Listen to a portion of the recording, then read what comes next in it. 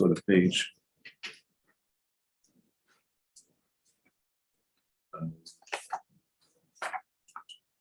On page on the test. Is that so? See it?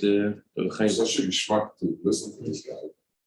And then you understood the map is not the other, it's a geschmack to listen to it. Endless. Okay. Is it the page lam test? Page says, you have it. Good. On the bottom. So we're talking about the minhag, the custom of using a bow and arrow to play with on Lag Baomer. And what we learned so far is that an arrow is able to hit to a more distant enemy versus a sword is only able to hit an enemy who is in close proximity to you. So in a similar way, the effect of the study of the inner dimension of Torah of Shem Yochai, not only does it help us with the things which are external, it helps us take care of the more inner hidden things in ourselves that we don't even know that we're issues we have. And we learned yesterday how in order for the Torah study to be the way it's supposed to be, it's not just enough that you decide you want it to be the way it's supposed to be. You have to prepare it through davening, to give tzedakah, to go to the mikveh. And those things don't seem to be relevant to the study of Torah. And yet, those things seem more like the arrow that they're far away. And yet they have and it would seem a lot smarter to spend more time studying Torah than do all those things. But the truth is that we learned from the idea of playing with bow and arrow, the message is that that in order for the arrow to reach a farther place, to bring it to yourself, bring it closer to yourself. The closer you bring it to yourself, the farther the farther it reaches. So here the Rebbe speaks about how this has to do with bringing ourselves down, you pull the bow down. So you have to approach Torah with a sense of reverence for Hashem, and you feel that Hashem speaking to you in Torah.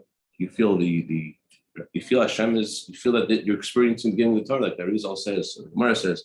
You learn Torah, you're supposed to be shaking and have sweat, and because you're supposed to feel that Hashem is talking to you. So it's specifically the Torah of Hashem Yochai that allows us to experience the presence of Hashem in our Torah state, to feel Hashem speaking to us in the Torah state. And that has a far-reaching effect on our lives. The key is to bring ourselves down, which means, as we say in davening, let my soul be like dust to all. And then we say, open my heart to your Torah. The more I'm like dust, the more I feel humble before Hashem, the more I'm able to appreciate, the more I'm able to internalize the light of Torah. That was the difference between Shem Yochai and students that passed away before Lag Baomer. That it's possible to study Torah because of self-aggrandizement. You want to study Torah because you want to be the best. But in order to study Torah with the right approach, that you're studying Torah because you feel Hashem speaking to you, that requires a whole different approach. We get that approach through the study of the inner dimension of Torah, and through and that has a far-reaching effect on our lives. It affects everything, not just the things which are external, things which we know are right and wrong, but it's specifically the study of the inner dimension of Torah that reaches farther in ourselves, that reaches into our things in our lives which we think which we can't possibly fix, we think we're stuck with. Okay. He says, when the study of Torah is the way it's meant to be, and that's accomplished by studying the inner dimension of Torah, that affects everything. It's not just the use. Torah is great. Okay, Torah is great. That's nice. No, but it's better. By a Jew, all the divine flow that comes into his life, all of the brachas that Hashem gives to a Jew comes down through the Torah. That everything that he does is successful. Not Hashem concealing himself. Even the things which are not good are transformed to good, specifically by studying the inner dimension of Torah and appreciating the presence of Hashem in our Torah study. Not just that you feel Hashem more, you're a higher, more spiritually elevated person, but that causes all the divine flow in your life to be without concealment. And even things were not the way they're meant to be, they're transformed to good. We see a hint for this in the story of the Gemara, in the tract that made Cotton, story about Hashem Yochai. Rashbi said to his son Glaz, He said, go to these two students of mine and ask them to bless you. When he came back to his father, he reported that they didn't bless me. Not only did they not bless me, they cursed me. They pained me. They said to me things which sound like the opposite of bracha. So Rashbi asked the son of Elazar, what did they tell you? He told it in all kinds of things that they said. Which explained to him all the things that you thought were the opposite of blessing, actually were blessing. It sounded like it was not a blessing, but the truth was that it was a hidden blessing. The words they used sound like they weren't a blessing, but for example, one of the things they told him was, your house should always be noisy. What does that mean? Your house always should be a tumult in your house. A blessing is to have children. The children, there's a tumult. And many other things they said to him, which sound like terrible, but they're really good things. Next page. I need to understand. Page mem.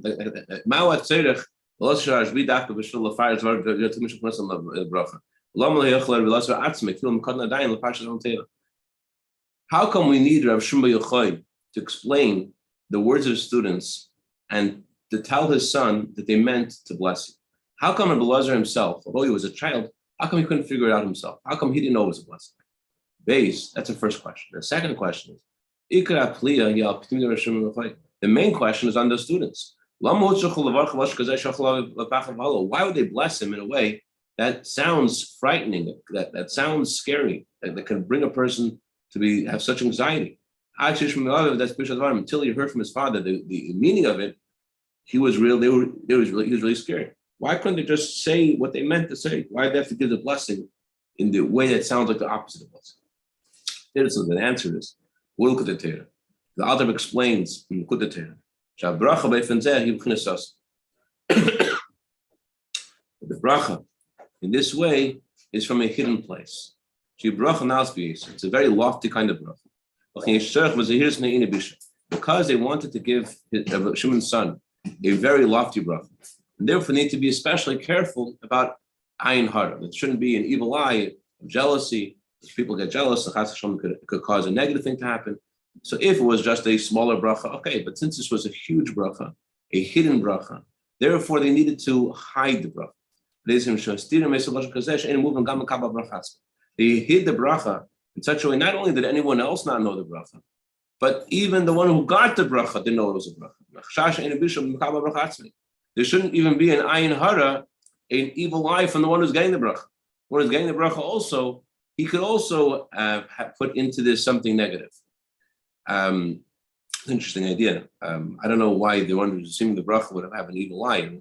It seems the evil eye has to do with jealousy, but maybe, I'm just guessing, maybe the recipient of the bracha might, like it says about Avraham Avinu, that he laughed when you have a child. Maybe it's possible that you can mess the bracha, the person messed the bracha up when he lacks faith in the bracha. I'm not sure. But either way, they were afraid not just that others would have an ayin hara, but even the one who received the bracha also would put an ayin hara in it, and therefore they hid the bracha not only from everyone else, they hid the bracha from the one they gave the bracha to, from Rabbi Elazar. Only because of the great virtue of Rishon B'Yachai, whose essence is about the revelation of the inner dimension of Torah. As we learned earlier, that his essence is about connecting the highest of the high with the lowest of the low. We learned earlier that on the one hand, the day of Rishon B'Yachai is a day when all of his efforts throughout his life reaches its source and goes to a higher place. All the Torah and the Tefillah and the Tzedakah of the Rishon B'Yachai has an impact in Shemayim in a new way that never was before, and it causes salvation in this world on the Lag Baomer. On the other hand, we learned the day of Lag Baomer is called Hayit Shabbat. The seer we counted last night is Hayit Shabbat. What's Hayit Shabbat mean? Hayit Shabbat is the lowest thing. Hayit Shabbat means not only do you not appreciate the MS, not only do you not like the MS, but we said Hayit means to acknowledge this is true. You're like a person who has wisdom. You're able to appreciate that someone's wiser than you. You don't know what he's saying, but you know that this person is saying something amazing. That's Hoyt. Hoyt Sheba Hoyt means that you don't even know what wisdom really is about. In other words, you're not into wisdom, you're not into study of Torah. So when someone tells you this guy's an amazingly wise person, you just trust them. So it's more like hoid sheba hoid, your acknowledgement that this person's wisdom, and not because you actually can hear what they're saying, that there's something deep over here.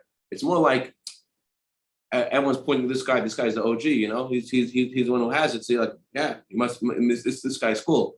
So so we're talking about our relationship with Hashem. It's a very low level. It's a level where you're not really appreciating Hashem's truth. There's no Hashem must be true. Everyone's saying Hashem is true, so therefore you also say Hashem is true, but not the Torah is true and the mitzvahs are true. It's not a real. It's a very low level. It's just that you acknowledge. You're supposed to acknowledge.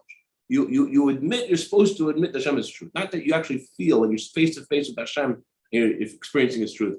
It's more like Jews acknowledge this. Therefore, I also acknowledge it, but not that I'm face to face with the truth.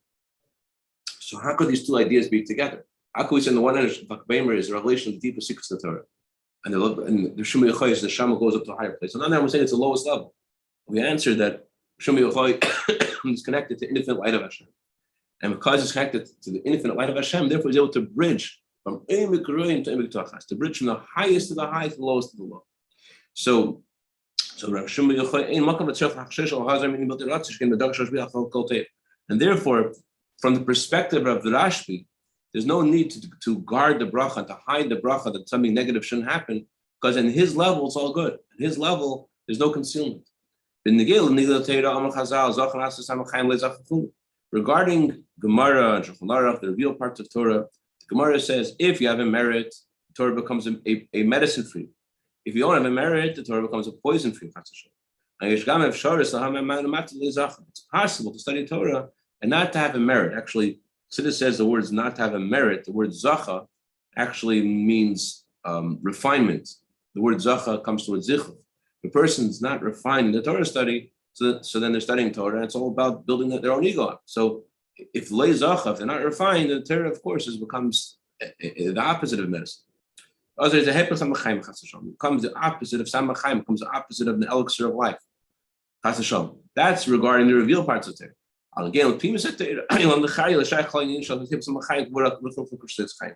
only concerned about this regarding the revealed parts of Torah. Regarding the inner dimension of Torah, the tree of life, we're not concerned at all that the Torah will become the opposite of medicine. Regarding the inner dimension of Torah, the inner dimension of Torah lends itself to this experience of that you're listening to Hashem's voice as opposed to feeling this is about your growth and your greatness. Therefore,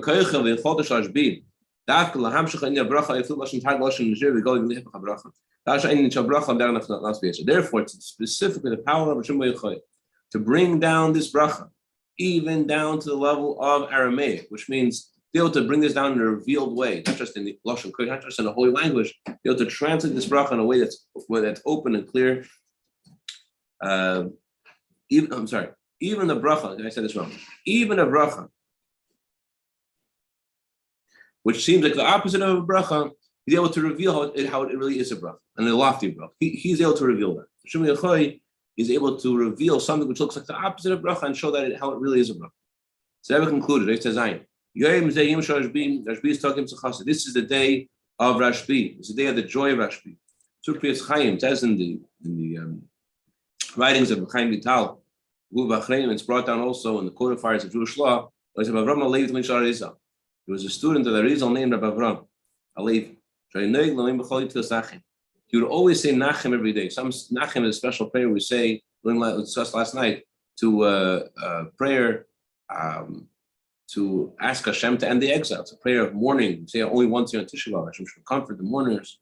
But he felt the destruction of the base of English so sharply. He said this every day. Some say he said it in benching. Some say he said it in Esrei. But either way, he said it every single day. When he said in Lag Baomer, who said,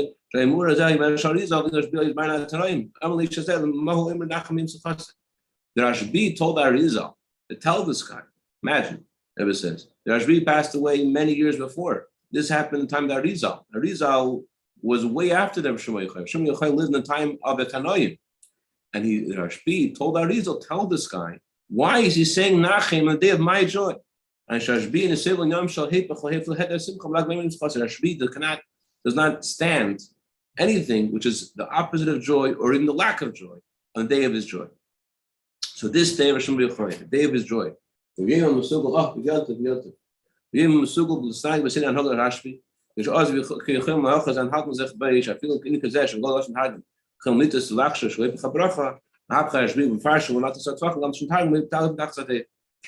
is a day which has a special segula, a special spiritual energy, to act in the manner of Hashem B'Yochai. That even something that openly could be, you can make a mistake and think that's not a bracha, it's the opposite of a bracha. On this day, Hashem B'Yochai gives a special power to explain it and to bring it down in this world, lower than 10 tefachim. I mean, lower in the physical world. It's something which is close to the earth. Means 10 tefachim is a height. Lower than 10 tefachim means it's lower than the lowest measurement of height in halacha. So on this day, even things which seem like the opposite of bracha, this is a special. We're empowered today, and we're able to. That Hashem blesses us through the power of Rashbi to reveal those things which seem like the opposite of bracha, to bring them down in the world in a very down to earth way. In a way that we see how these things are open and clear good and the best good. Therefore, even if there's something that someone mistakenly thought that this thing is not the way it's supposed to be. Epis means it's like a krechts. Krechts means like your sigh. That's epis. So even something which is epis, you look at it like, oh man, this is not the way I want it to be. So on this day, Hashem draws down through the Rashbi that this should be explained and reveal how it's the ultimate good. There is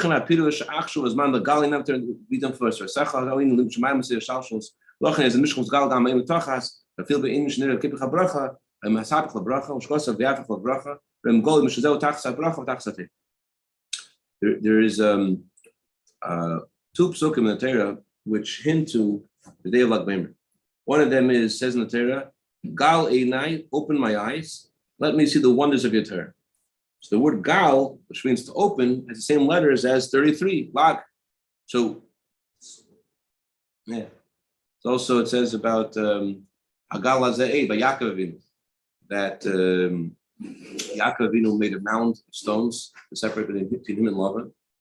And Gal means a mound, and Eid means testimony. We put this mound of stones up to separate between Yaakov's camp and Lavan's camp.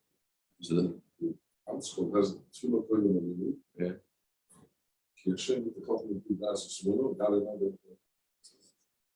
Okay. Everyone said Tzarachin. They didn't say why. It's a wonder that we don't say this. We say any prayer before we learn. So that's a minhag. It's a custom. We don't say it, but so Gali Nai means that something which is wondrous, something which is beyond all the world, higher than the spiritual cosmos, something which is beyond everything. This is a time when this is revealed. And therefore it's revealed also by it's even revealed in the lowest of places. Even something which looks like it's the opposite of bracha, today it's transformed, you see clearly that's a bracha. It's also connected, it doesn't mention this here, but it's also connected with the other meaning of Lag Baomer, of Galei. What's the meaning of a mound of stones between Yaakov and Lavan? On the surface, the mound of stones is for a separation. On the other hand, it's not a total separation.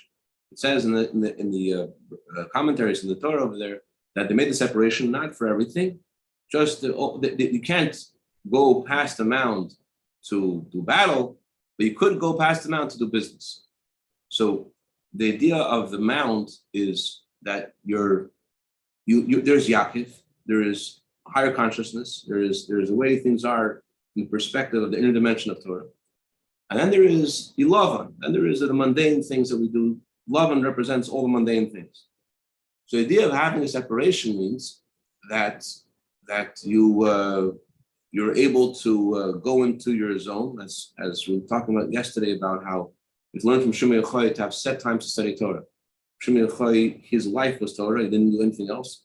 Rebbe says, although we can't do that, but we can have part of our day we dedicate to Torah study. You have to go into your zone, go into your Yaakov space, and that you're totally into that zone. The idea of the mound is that you're able to bring that down into the mundane as well. And specifically, the inner dimension of Torah, it allows us to bring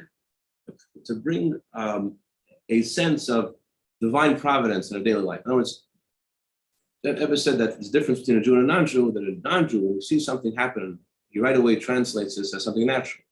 Unless he has no choice, he says it's natural. If he's forced to, he says a miracle happened. But a Jew is the opposite. A Jew, when he sees something happen, he right away says, oh, a miracle happened. He got to the corner and light turned green, a miracle, divine providence. So that's the nature of a Jew. But this is especially empowered by studying the inner dimension of Torah, that when you study the inner dimension of Torah, then you're able to feel divine providence more. It's more vivid, it's more clear. Jews in general feel this sense of Hashem's closeness, but studying the inner dimension of Torah causes that your physical down-to-earth life, you feel more Hashem is in your life, feel more someone's holding your hand. That's the Galed. The Galed means that you feel, even when you're involved in the loving parts of your day, in parts of the day which are eating and drinking, the business, whatever they are, you feel in them the Yaakov. You feel in them Hashem's closeness, not just when you're involved in the holier, higher parts of your day. So that's Chassidus, the inner dimension of Torah is it's the highest of the high. And then there's the lowest of the low. So I was speaking over here about how things that seem like the opposite of blessing, through studying the inner dimension of Torah, that causes a revelation in this world of those things which say, things that make you sigh, it's not what I want it to be. So the inner dimension of Torah on this day is a day when Hashem transforms those things. But not only does Hashem transform those things, but also it transforms ourselves. And we're able to go into our what's going on in our lives and to feel Hashem's presence, whatever we're doing.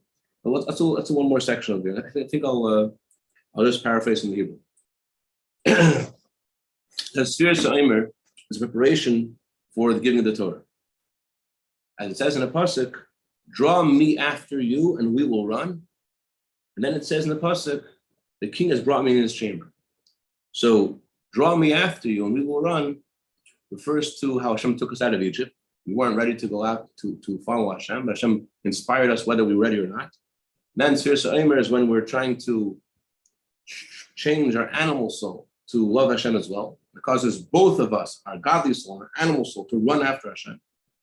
And through this reach Shavuos, the king has brought me in his chamber, the intimacy of receiving the Torah, face to face with Hashem on the holiday of Shavuos.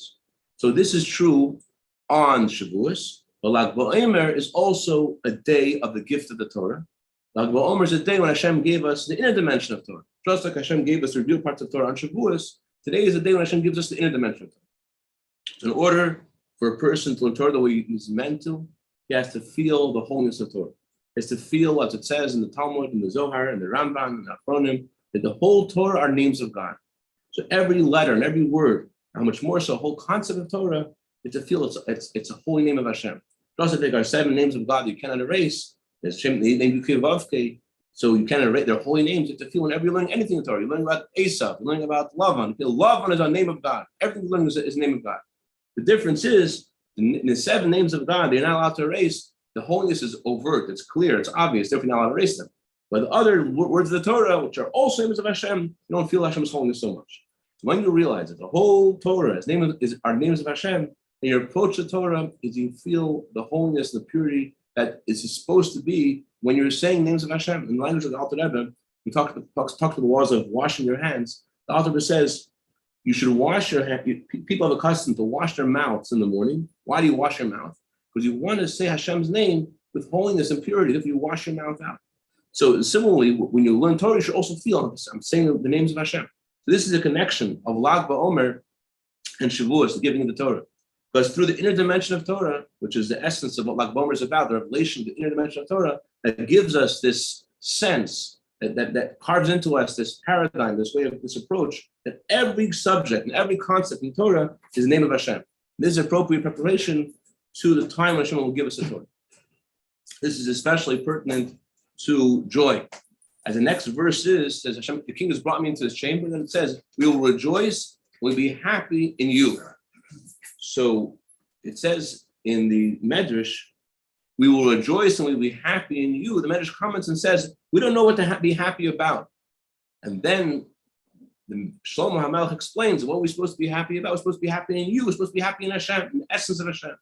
So although we're studying Torah, just it's information, but what Torah is really about is being rejoicing in Hashem's essence. That even while when you're studying Torah, you feel that this is Hashem's essence. So when Mashiach will come, speedily in our days, mamish, there'll be the greatest joy. Gavaldik simcha. The Jewish people will rejoice. Why will they rejoice? It's not just that we'll rejoice because Hashem will take us away from all of our troubles. But the real joy will be, even after Mashiach comes, will be a joy in Hashem's essence. We'll rejoice in Hashem. There'll be lots of things to celebrate when Mashiach comes. There'll be any suffering. But the greatest joy is in the joy in Hashem himself. That's what Mashiach is about, the joy in Hashem himself. Then the Medrash continues and says, in you, Shlomo Melech says, we will rejoice and we'll be happy in you. So the words in you, b'cha, is the same letters, is numerically equivalent to 22. So that refers to 22 letters that Torah is written in. So that means that through the 22 letters of the Torah, specifically the letters of the Torah, any Jew may not know everyone's different, their appreciation for understanding the Torah, but through the letters of the Torah, the simple people can connect themselves with the essence of Hashem and rejoice in the essence of Hashem. And the preparation for this is on Lag Baomer, that when Hashem gives us the inner dimension of the Torah, that through the learning the inner dimension of the Torah, we get this paradigm, get this perspective that all the Torah is the names of God, and through this, our Torah study is done in a way by realizing that the Torah is the names of Hashem. This gives us this approach to Torah that we're not just studying information, but we're connecting to God's essence, and therefore there is a unique joy in studying Torah. You feel studying Torah that connecting to Hashem himself.